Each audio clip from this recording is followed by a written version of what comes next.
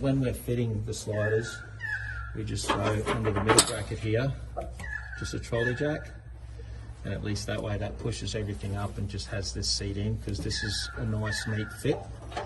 So then we go to the front one, and then basically the front one picks up those two cross member bolts. So what there'll be is there'll be a nut on the back side, which is a knurled head.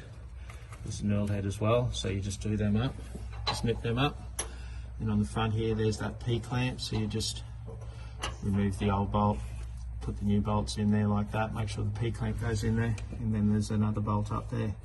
Now what I always do on all of the customers' vehicles is normally on the front of this shroud, there's a tab that goes out that picks up that bolt.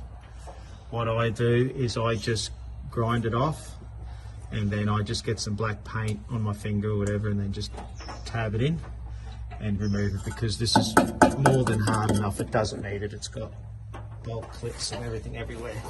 So this is like what it looks like.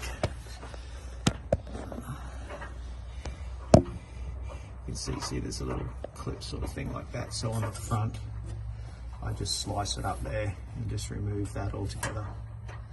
It's not necessary, but you can try and bend it and get it on there, but it's a nightmare and it's not really justifiable. All right, so that's the front bracket.